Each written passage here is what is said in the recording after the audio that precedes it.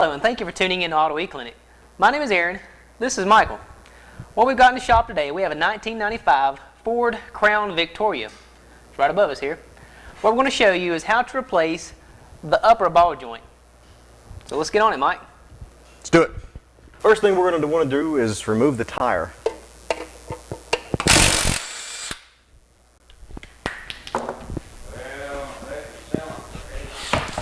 Remove the bolt connecting the ball joint to the spindle.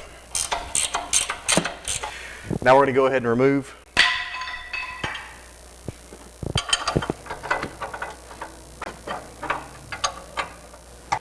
Now on the upper ball joint we're going to try to use a tie rod end separator, or if you're in the country, a pickle fork.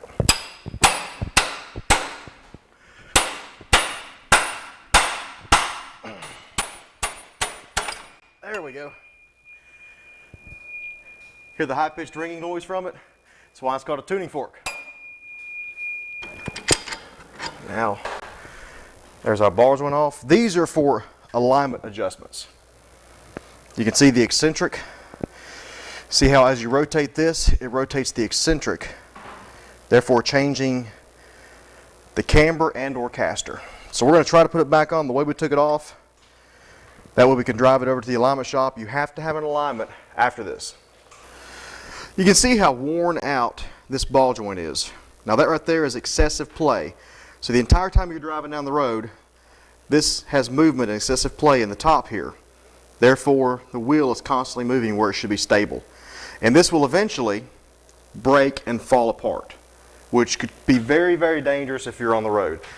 I've seen the lower ones, they're really bad about falling out.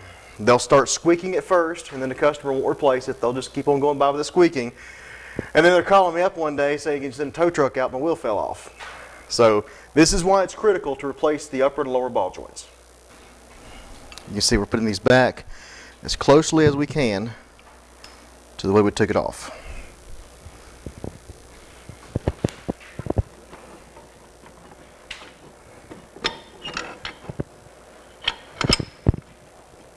Notice we said try.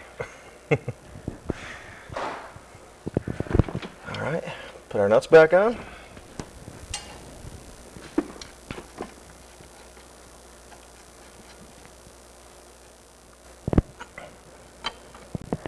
We'll be careful tightening to make sure we kind of keep it in the same place it was in. Okay, now we'll reinstall the spindle to the ball joint. Okay, we're going to use a transmission jack, and this part is somewhat dangerous, so you want to be careful. We have to jack up on the lower control arm on the suspension to get it back into the upper control arm.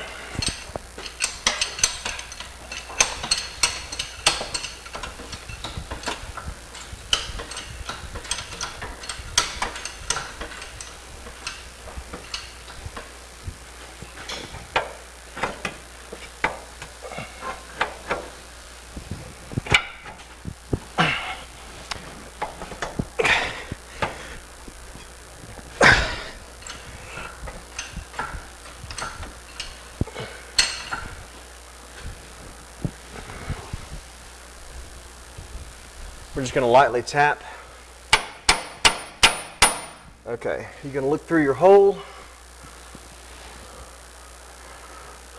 Looks like we went too far. On the contrary, it didn't go far enough.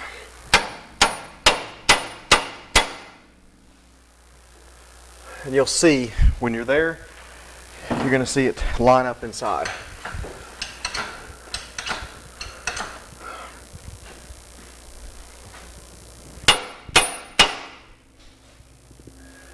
And there we are. Of course, your bolt will not go in if you're not lined up. We're just going to gently tap the bolt in.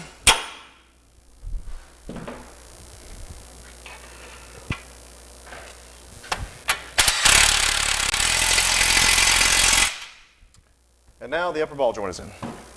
Now we're going to install our grease fitting on our upper ball joint. This allows it to be greasable and serviceable to extend the life.